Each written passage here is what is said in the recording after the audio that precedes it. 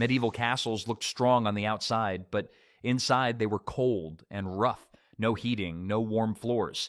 Yet kings still lived in them. How did they stay warm? The answers aren't always fancy, but they sure had to get creative. It all started with the walls. The thick stone walls that made castles great for defense were terrible for staying warm. Unlike wood, stone absorbs cold and holds onto it. A 3-foot thick castle wall would radiate coldness into rooms like medieval air conditioning nobody asked for. If walls could talk, castle walls would just be chattering teeth. These massive structures took forever to warm up. Records from Windsor Castle show that even after fires had been burning for 2 full days, visitors still complained about the bone-chilling cold inside. Kings would often wear multiple layers of royal robes, not because it looked majestic, but because hypothermia isn't a good look with a crown. Windows made everything worse. Medieval glass was expensive, so most castle windows were just narrow slits covered with wooden shutters, oiled cloth, or thin animal horn. Even in royal chambers, windows leaked cold air constantly. The royal window maker was probably the only tradesman who could get away with doing a drafty job. Great halls with ceilings reaching 40 feet high meant all the warm air simply rose up and away from the people shivering below. One medieval writer complained that in the king's hall, a man's face might burn while his back freezes. Medieval nobles developed what historians call throne zone heating. Only the part of you touching the seat got warm. Most castles had floors made of stone or packed earth, which pulled heat away from the room. Kings who walked barefoot on castle floors quickly learned that cold feet had nothing to do with wedding jitters. In some northern European castles, water left in basins would freeze solid overnight, even in rooms where fires had burned the previous day. The weather didn't help matters either. During the medieval period, Europe experienced what's now called the Little Ice Age.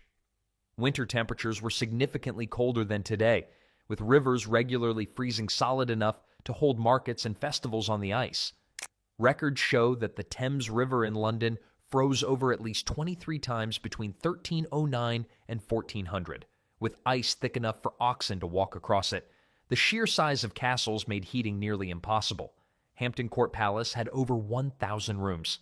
Guards in cold corridors rotated duties every hour because staying longer risked frostbite. The smart guards figured out that guarding the kitchen was mysteriously the most popular assignment in winter. During the Little Ice Age, from the 14th to 19th centuries, one French king's records show his castle used 6,000 logs in a single winter month. And people were still cold. The royal woodcutters had the safest jobs in the kingdom. They were the only ones who worked up a sweat in January. Kings weren't about to move into cozy wooden cottages and give up their stone symbols of power. These freezing fortresses needed warming solutions worthy of royalty. After all, when you've got a castle turning into an icebox around you, you need something more powerful than a simple fire. The most obvious solution to castle coldness was fire, but not the modest flames you might have at home. Medieval kings built fireplaces that were absolutely massive, often large enough for a person to stand inside without even bending over. These weren't just fireplaces. They were fire rooms. In many royal castles, the main fireplaces measured up to 10 feet across and 7 feet high. At Bodiam Castle in England, the kitchen fireplace was 15 feet wide, roughly the size of a small bedroom in today's homes. These weren't just designed to warm the castle, they were also perfect for those awkward moments when you needed to burn evidence of a failed coup attempt. The fuel demands of these mammoth hearths were staggering. A single royal fireplace could consume an entire tree in just one day. Historical records show that royal castles burned through 3 tons of wood each week during winter months, and that was just for the personal chambers. The royal woodcutters must have had the most secure jobs in medieval times, with constant demand for their services. Despite their impressive size, these giant fireplaces were shockingly inefficient. The massive openings created powerful updrafts that actually sucked more heat up the chimney than they released into the room. Some estimates suggest that up to 80% of heat from medieval fireplaces went straight up and out. The medieval saying money burns probably started with a king looking at his fireplace. Making matters worse, these giant hearths produced incredible amounts of smoke. The chimneys, while impressive in size, often didn't draw properly. Many castle rooms were perpetually hazy, with smoke that stung the eyes and blackened the ceilings. Castle servants assigned to tend these fires had some of the worst jobs in the kingdom, constantly battling smoke and hauling endless loads of firewood. A few months ago, I had no idea what a health ring even was until my fiancée got me one, and I have to say, I'm shocked this isn't a widely known and used product. It tracks my stress levels, and what I found out is that some supplements made my stress score spike, while others actually helped bring it down. I adjusted a few things based on that, and honestly, I feel 10 years younger. My wife mainly uses it to track her menstrual cycles, and she is obsessed with her sleep quality score. I noticed they are currently running a limited 69% discount, but I don't know how long it will last. It's currently only $60, and it's clear. This one is the best bang for your buck, with other health rings priced around $350 with less functions. They managed to price it this low because they cut out the middleman like Amazon, Walmart, etc., who drive up the price and take a big margin, ending up with the customer paying 3 to 5 times more. If you are on TV, you can check it out yourself by pausing the video and scanning the QR code with your phone camera or clicking the first link in the description of this video. Most castles didn't settle for just 1 or 2 fireplaces. Dover Castle had 20 major fireplaces throughout its buildings. The Tower of London featured 32 separate hearths. Each one required constant attention and enormous amounts of fuel, creating an army of workers whose sole job was keeping the fires going. These giant fireplaces weren't just practical, they were also symbols of power. The larger your fireplace, the wealthier and more important you obviously were. Kings competed to build the biggest, most elaborate hearths, decorating them with royal coats of arms, intricate stone carvings, and sometimes even gold leaf. Nothing said, "I'm filthy rich," quite like having a fireplace you could park a horse in. The locations of fireplaces were carefully planned. The Great Hall, where the king entertained guests and conducted business, always featured the largest and most impressive fireplace, situated at the end opposite the entrance. When visitors arrived, they'd immediately see the enormous blaze, a not-so-subtle reminder of the king's wealth and power. Practical improvements developed over time. By the 14th century, fireplace designers began angling the sides of the fireplace opening to reflect more heat into the room. They also discovered that raising the hearth slightly off the floor helped distribute warmth more effectively. These might seem like obvious improvements to us now, but they represented cutting-edge heating technology for medieval times. Even with all these massive fires blazing throughout the castle, warmth remained elusive. Kings needed additional strategies to battle the persistent cold. What else could possibly help when even the biggest fires weren't enough? Beyond massive fireplaces, medieval kings turned to textiles as their next line of defense against the brutal cold. Tapestries became the medieval equivalent of insulation, transforming bare stone walls into something that actually kept heat inside a room. These weren't just decorative wall hangings. They were functional necessities for winter survival. Castle inventories from the Middle Ages frequently list hundreds of tapestries at a single royal residence. The royal castle at Westminster had more than 300 tapestries in the 14th century, with over 50 in the private chambers alone. The king might not have had indoor plumbing, but he did have textile-based temperature control. The most effective tapestries were thick, heavy, and made from wool. They hung slightly away from the wall, creating a small air pocket that functioned as additional insulation. This gap trapped a layer of warmer air between the cold stone and the room, preventing heat from being sucked directly into the walls. Medieval tapestry hangers knew what they were doing. Modern insulation works on the exact same principle. Particularly valuable tapestries were portable and moved when royalty traveled between castles. Royal accounts show that carts dedicated solely to transporting tapestries accompanied the household on royal progresses. Talk about high-maintenance travel. These kings couldn't even stay at a different castle without bringing their own wall coverings. Bed curtains represented another crucial textile defense against the cold. Royal beds were draped with heavy curtains that could be pulled closed, creating a small enclosed space where body heat stayed trapped. Records from the royal wardrobe show that a single royal bed could use up to 50 yards of fabric for its curtains. The most luxurious beds had multiple layers, outer curtains of heavy velvet or wool for insulation, and inner curtains of silk for comfort. When it came to personal warmth, fur became the ultimate status symbol. While commoners might line their clothes with cheap rabbit fur, royal garments featured ermine, sable, and marten, the most expensive options available. A single royal fur-lined robe could use the pelts of hundreds of animals. You think designer clothes are expensive today? The typical royal fur budget exceeded what a regular worker might earn in 20 years. Floor coverings also played a key role in castle heating strategies. The royal household accounts show regular purchases of rushes, which were scattered on floors and replaced when they became too dirty or compressed. For royal chambers, woven mats or carpets provided additional insulation from the cold stone floors. Inventories list up to 12 expensive carpets in a single royal chamber, an extraordinary luxury at a time when most people lived their entire lives without seeing a single carpet. Even the walls that didn't get tapestries received textile treatments. Cloth hangings, called dorsers, were placed behind chairs and benches, ensuring that when someone leaned back, they weren't touching freezing stone. Window openings got special treatment too, with thick woolen curtains to block drafts. Royal household accounts frequently mention payments for window cloths and door hangings, specifically designed to stop cold air from entering rooms. The collective effect of all these textiles was remarkable.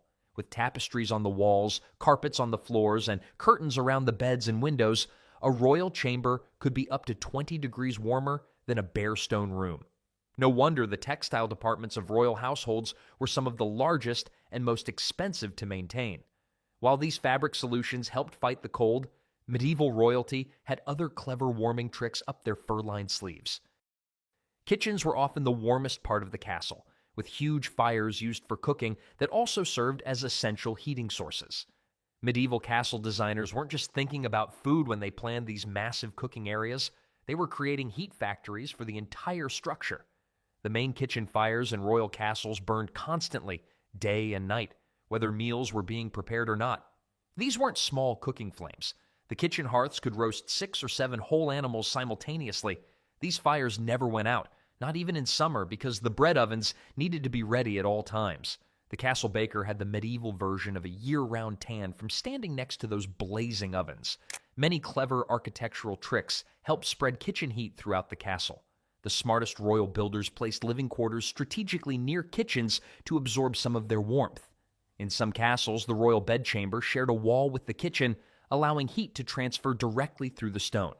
During especially cold winters, records show some royalty would actually sleep in rooms directly above the kitchen, where the rising heat made for much more comfortable nights. The heat output from a medieval castle kitchen was staggering. Temperature readings taken in reconstructed castle kitchens have shown that they could reach 120 degrees Fahrenheit during peak cooking times. Kitchen workers basically had 2 jobs: cook the food and be human radiators for the rest of the castle. Castle kitchens were enormous operations. At Windsor Castle, the main kitchen complex covered an area larger than a modern basketball court, with multiple hearths, bread ovens, and roasting spits all going at once. These kitchens generated enough heat to warm several connecting chambers. The passageways between kitchens and dining halls were deliberately designed to retain and distribute heat. In many castles, food traveled through several antechambers on its way to the royal table, and each of these rooms benefited from the heat passing through. Castle designers even built warming compartments into the walls between kitchens and dining areas, where dishes could be stored briefly while also allowing heat to pass through to adjacent rooms.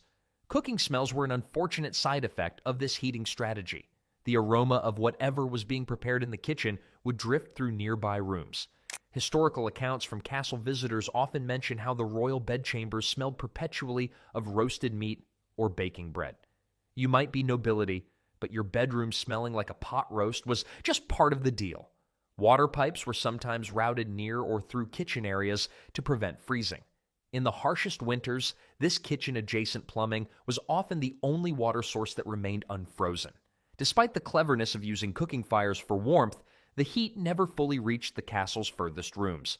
For truly luxurious heating, medieval royalty sometimes turned to a far more sophisticated solution, drawing inspiration from ancient Roman engineering. Some lucky medieval royals got to experience the luxury of heated floors thanks to an ancient Roman technology called hippocausts. These sophisticated heating systems ran hot air through spaces beneath the floor, turning the cold stone into a pleasant source of warmth. While fireplaces warmed you from one direction, hypocaust systems heated from below, making them the deluxe option for truly cold-resistant castle rooms. Hypocausts worked by channeling heat from a furnace through hollow spaces under the floor. A fire would be lit in a furnace room, and the hot air and smoke would circulate through a network of brick supports and channels beneath the floor stones. The heat would then rise up through the floor, warming the entire room from the ground up. Medieval floor heating. Because nothing says royal comfort like not having to hop across freezing stone floors while making a midnight trip to the royal chamber pot. This heating system required serious infrastructure. Beneath a typical Hippocaust-heated chamber lay a subfloor space about 2 feet high, supported by hundreds of short brick pillars. The floor above was made of special large tiles that would absorb and radiate heat. Building a single Hippocaust system could require more than 4,000 specialized bricks and tiles, a massive investment in both materials and skilled labor. Unlike modern heating systems that warm up quickly, Hypocausts needed time to work their magic. Historical records suggest it could take up to 6 hours to properly heat a room with a Hypocaust system. Servants would need to light the furnace well before their noble masters planned to use the chamber. Once fully heated, these systems maintained a steady warmth that lasted far longer than fireplace heat. Hippocausts were ridiculously fuel-hungry. A single Hippocaust-heated chamber could consume up to half a cord of wood per day, roughly equivalent to what an average medieval family might use in 2 weeks. This made Hippocaust heating an extreme luxury, reserved for only the wealthiest nobles and the most important royal chambers. These systems weren't common in medieval castles across Europe. They appeared most frequently in monasteries, royal residences in particularly cold regions, and bathhouses. The main royal palace at Westminster had just 3 Hippocaust-heated chambers, all connected to the same furnace system. When visitors were escorted to a Hippocaust-heated room, it was like being invited to the medieval VIP section. Congratulations, you're important enough to have warm feet. The technology wasn't without problems. Smoke leakage was a common issue, with many royal complaints recorded about smoky chambers. If not properly cleaned, deadly carbon monoxide could seep into living spaces through cracks or damaged flooring. Multiple historical accounts exist of castle residents found dead in Hippocaust-heated rooms when systems malfunctioned. The temperature achieved by medieval Hippocausts was impressive for the time. Experiments in reconstructed Hippocaust systems show they could maintain a room at about 65 to 70 degrees Fahrenheit, positively tropical by medieval standards, when most castle rooms hovered around 45 to 50 degrees in winter. Even with all these technological heating methods, medieval castles still struggled with the cold. Resourceful nobles eventually discovered that sometimes the best sources of warmth were much simpler and didn't require any building materials at all. When all the expensive heating methods still left medieval castles chilly, nobles turned to something that generated heat for free. Other people. Human bodies produce heat constantly, and medieval castle dwellers quickly figured out how to harness this biological fact to their advantage. The Great Hall of a castle became warmer by design when filled with people. During feasts and large gatherings, the temperature in these enormous spaces could rise by 10 to 15 degrees from body heat alone. Historical records from winter feasts note how guests would arrive shivering but soon remove outer layers as the combined warmth of hundreds of bodies transformed the frigid hall into something almost comfortable. Medieval crowdfunding took on a whole new meaning when it came to heating the castle. A busy feast in a great hall could pack in 400 to 500 people, each person radiating roughly the same heat as a 100-watt light bulb. Combined, this created a significant warming effect. Castle stewards understood this dynamic well, sometimes scheduling major gatherings specifically during the coldest weeks of winter. The medieval invitation that read, "Feast at the castle tonight," secretly meant, "Please come over and be part of our heating system." Many royal calendars from the period show a suspicious clustering of events in January and February, the coldest months of the year in Europe. Even in day-to-day life, body heat played an important role in castle warming strategies. Servants were often assigned sleeping spaces near important chambers, not just for convenience, but also to help warm the surrounding areas. Quarters for ladies-in-waiting were typically positioned to share walls with the queen's chamber, creating a human buffer zone against the cold. Being royal meant you got to use your subjects as human space heaters. Talk about power with practical benefits. The sleeping arrangements in medieval castles reflected this heat-sharing strategy. Rather than spreading people throughout the castle's many rooms, residents would cluster together in fewer spaces during winter. Even nobles who might normally enjoy private sleeping chambers would double or triple up during the coldest months. Medieval nobles learned that pride couldn't keep you warm at night, but the snoring knight from the next county over somehow could. Castle household accounts from winter often show fewer rooms being used, but with more firewood allocated to each, concentrating both people and heating resources for maximum effect. Body heat was particularly important for keeping beds warm. Unlike modern beds with their layers of insulation, medieval beds relied heavily on the warmth of their occupants. Many royal beds were designed to accommodate not just the noble sleeper, but also several personal servants whose assigned duty was to pre-warm the sheets. Bedroom servants would literally climb into the royal bed first, warming it up before their master or mistress arrived for sleep. Imagine having royal bed pre-warmer as your job title on a medieval resume. Probably not the career your parents hoped for. Records from royal households list specific servants whose job title roughly translates to bed warmer, possibly the strangest job in medieval times. Large dogs also played their part in this heating strategy. Most castles maintained packs of hunting hounds that, when not chasing deer, served as four-legged heating devices. These dogs would sleep in the Great Hall and other living spaces, adding their body heat to the mix. The phrase three-dog night wasn't just a band name. It described how many dogs you needed in your bed to survive until morning.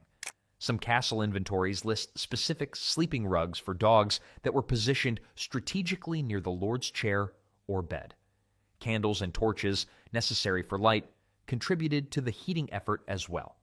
A grand feast might feature hundreds of candles and dozens of torches, each adding a small amount of heat to the room. When combined with the warmth of many bodies, these small heat sources made a noticeable difference.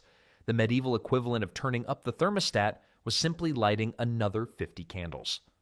One medieval account describes a Christmas feast where the hall became so warm from people, candles, and a large fire that the windows had to be opened despite the December cold outside. The strategic use of human warmth shows just how creative medieval castle dwellers had to be to survive winter in their impressive but impractical stone fortresses.